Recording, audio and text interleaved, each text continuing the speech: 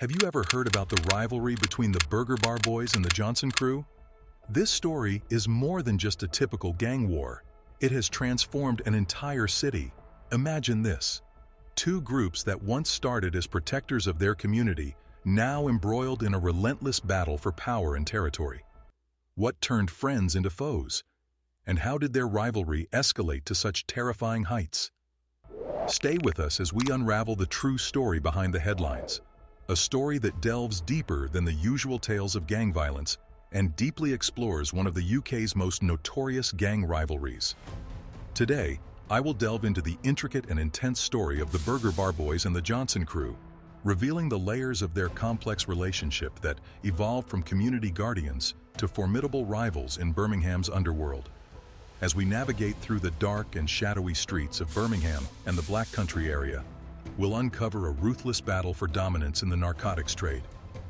Witness the story of a 26-year rivalry that has cast a long, dark shadow over the city, marked by violent confrontations and betrayals. We will trace their journey from unity to division, exploring how they became embroiled in a struggle that has left profound scars in their community. Join me as we go back to the beginning, to the origins of their conflict, and unravel the events that led to this relentless feud. How did Birmingham's protectors become its most feared gangs? After the tragic events we've just explored, let's dive deeper into the murky world of the Burger Bar Boys and Johnson crew. Decades of intense rivalry, street battles, and illegal activities have troubled the young city of Birmingham and the diverse Black Country area. Their intensity has earned West Midlands the infamous title of the UK's gun and gang capital. Among the myriad of ferocious gangs, the Burger Bar Boys and Johnson crew stand out in Birmingham's gangland history due to their notoriety. Their 26-year-old rivalry has cast a dark shadow over the city and its surrounding areas for over 2 decades, instilling terror in civilians through a deadly cycle of violence. The heartbreaking loss of 2 teenage girls was a turning point in the feud, a moment that many hoped would bring an end to the ongoing violence. Unfortunately, that optimism proved to be misplaced as the violence persisted for over a decade more. But before delving into the details of this tragic incident, which remains one of the UK's most shocking killings to date, while their notorious feud continued to threaten the city's peace, it's crucial to note that the 2 infamous gangs weren't always rivals. In fact, they once shared a cordial bond and were initially part of the same group. These individuals attended the same primary and secondary schools, with many of them having familial or peer connections. Some were even friends.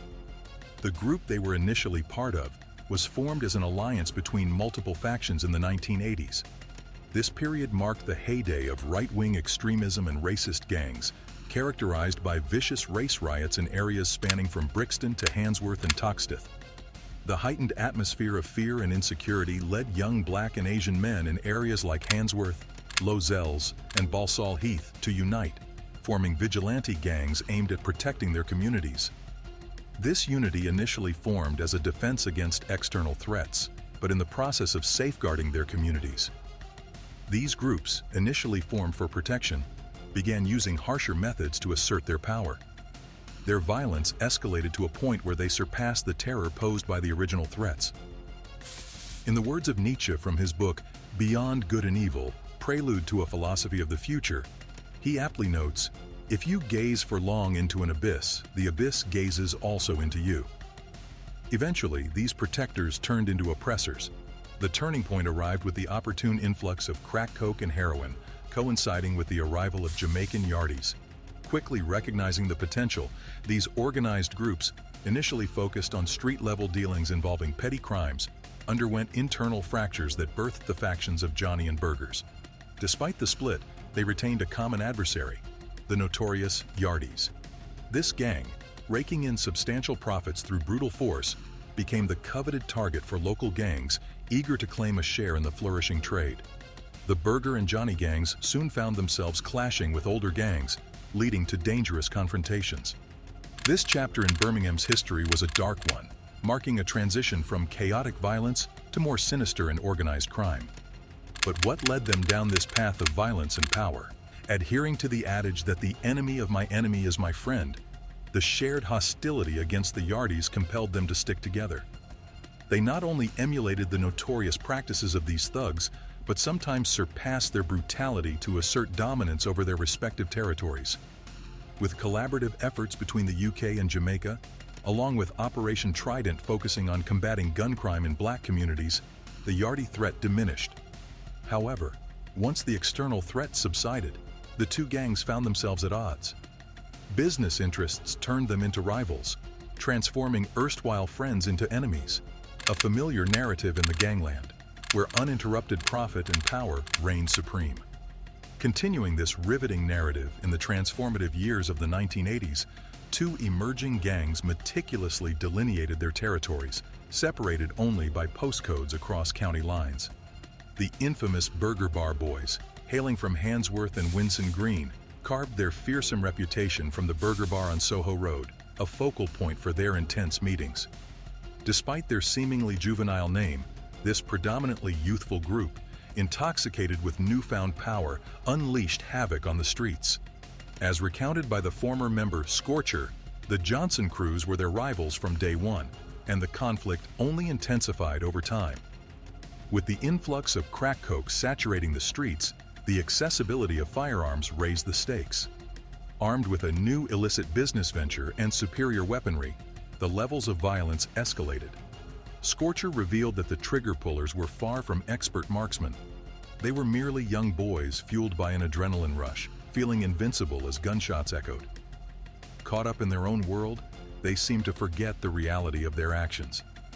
Imagine the chaos they unleashed on the streets, adrenaline coursing through their veins, lacking any semblance of skill or control over the bullets they propelled. As the two groups eventually drifted apart, seeking more secure territories amid their escalating feud, a series of tit-for-tat shootings unfolded in different areas. Now, shifting the focus to the Johnson crew, originating from Lozells, Aston, Nechells, Newtown, and Erdington areas. Their name derived from their regular meeting spot, Johnson's Cafe on Heathfield Road, Lozells, in the mid-1990s. Their activities escalated in the late 90s, transforming from gangland shootings to organized assassinations by the early 2000s, initially driven by narcotics and later evolving into a blend of revenge and revenue.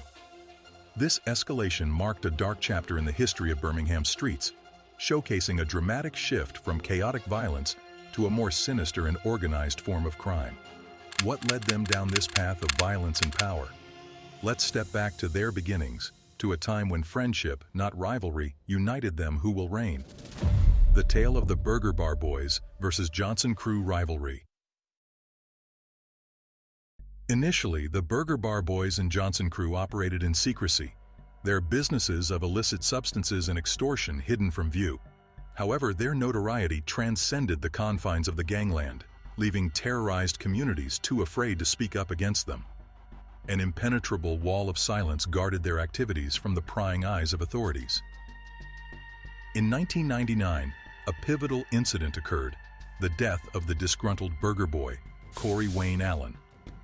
Another prominent figure in the Burger Boys faced murder charges in connection with the ambush outside the Oakland Sports and Social Club in Handsworth, witnessed by dozens, some mere teenagers. Predictably, key witnesses retracted statements during the trial, fearing reprisals from the gang. According to Birmingham Mail, one even feigned memory loss in the witness box. Spending 5 days in jail happily despite numerous allegations, the Burger Boys remained unconvicted, largely due to a lack of concrete evidence and witnesses. Kirk Dawes, a former West Midlands police officer who mediated between warring gangs, eloquently captured the essence of their mindset, stating, "For years they felt untouchable.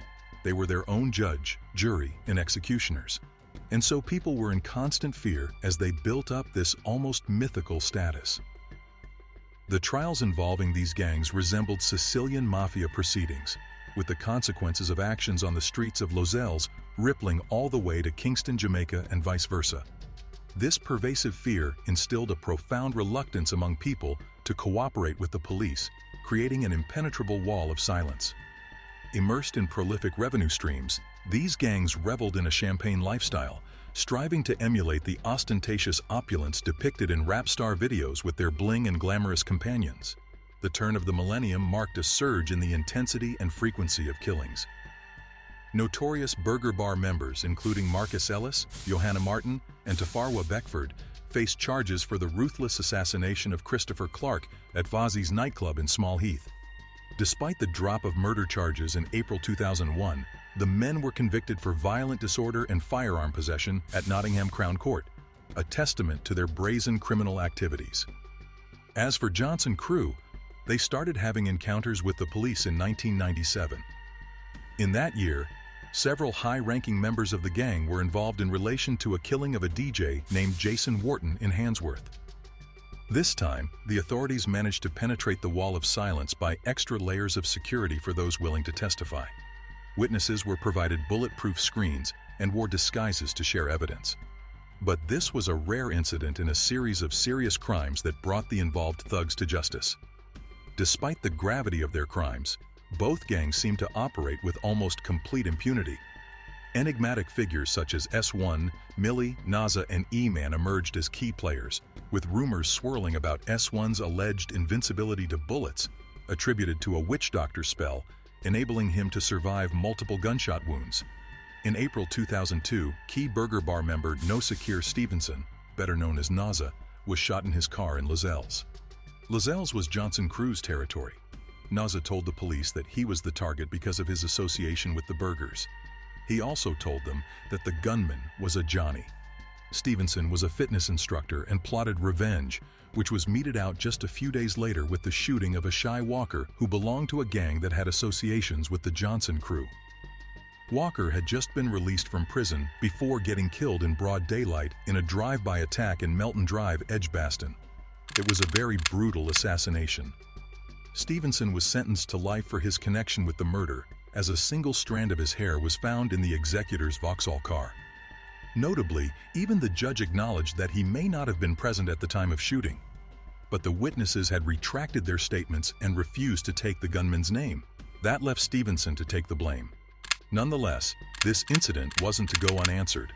Walker was part of the West Bromwich-based Raider gang, which was waiting for a moment to clap back. They got their chance when Johanna Martin was released from prison for his link to the Christopher Clark killing. This story of revenge involved a honey trap too. Martin, also called Carlito after the Al Pacino gangster film character, was handing out flyers for a concert promotion on December 7, 2007. According to his friends, he was trying to break away from his gangland lifestyle, but that didn't do much to save him apparently. So, the revenge plot was carried out with the help of Chantella Falconer and lap dancer Jordana Plaza, teenage girls who had boyfriends in the Raiders gang. Falconer left Martin and Plaza alone in his car to call the gang members and share Martin's location. Within minutes, he was killed by a hail of bullets. While this incident was brutal, the response to it was tragic and disastrous. It brought about the death of two innocent civilian girl bystanders. This time, the revenge hunt was led by Johanna's elder brother, Nathan Martin, and his brother-in-law, Michael Gregory. The plan was to target a New Year's gathering in a Johnson Crew territory and take out Jermaine Carty. The involvement of women in Martin's murder had changed the rules of the game. Now anyone and everyone could be the target of the gang's wrath. On the ill-fated New Year's Eve in 2003, the repercussions of this indiscriminate retaliation were devastating. Innocent friends Letitia Shakespeare, aged 17, and 18-year-old Charlene Ellis became the first victims of this new and ruthless shooting policy. The bullets, originally meant for a Johnson Crew member, found unintended targets in the two teenage bystanders standing outside the back of a hairdresser's shop on Birchfield Road. You should know that the girls were related to the key members of Johnson Crew. Charlene Ellis was the daughter of Johnson Crew's founding member, Arthur Super D. Ellis. Given the new rules of the war where everyone and anyone could be the target, the innocence of the victims in that tragic episode wasn't an issue for the attackers. However, this notion wasn't shared by everyone. Even with the altered dynamics, the enigmatic corridors of the underworld adhere to certain predefined codes. According to an ex-burger boy, this callous act left gangsters on both sides shocked because the perpetrator had crossed the line. The unwritten rule of the gangland was that bystanders were out of bounds. This departure from the established norms marked a significant shift in the already volatile world of gang violence, leaving a lasting impact on the community and further fueling the cycle of vengeance and tragedy. What's more, it shook the black community to the core. Even the widespread shock and revulsion couldn't bring many witnesses to come forward and testify. But the good thing was that at least some of the witnesses did testify. Ultimately, Nathan Martin, Michael Gregory, Rodrigo Sims, and Charlene's half-brother Marcus Ellis were convicted of the murders and jailed for life in 2005. Their trial became notable in England for allowing witnesses to remain anonymous, reflecting the serious nature of the case. How did the Burger Bar Boys and Johnson crew slip past justice? One might assume that the vigilance of both perpetrators and law enforcement would have curtailed the activities of these gangs. However, the reality was quite the opposite. Following this incident, instances of tit-for-tat violence surged exponentially and persist to this day. The intimidation of victims' families continues unabated. Furthermore, the convicted gang members have not relented in their efforts to secure release from incarceration. Since their conviction, these individuals have made multiple attempts to appeal their sentences.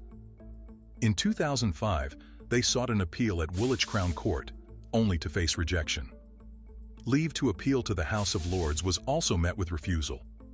In 2012, Ellis, Martin, and Sims appealed to the European Court of Human Rights, stating that they didn't get a fair trial. This one also got dismissed. Alongside the due course, they kept using intimidation tactics. Families of the victims face hostility and intimidation even today. Sophie Ellis, Charlene's twin sister, shared the ongoing challenges she faced, including damage to her property. She was also injured in the 2003 attack. She made these revelations on BBC Radio 5's podcast, Gangster. Police officer Dave Murfield, who was in charge of the murder investigation, confirmed intimidation tactics by the Burger Bar Boys. One of the mums had her window shut out, and that is the intimidation that comes with it. The intense actions of the Burger Bar Boys likely left the victims' families in a constant state of unease. Neil Woods, an undercover detective, shared insights into the gang's influence and tactics without detailing explicit acts of violence. He was most shocked at the gang's use of sexual violence to settle scores. They abused women and men, even perpetrated sexual abuse in groups for a drug debt.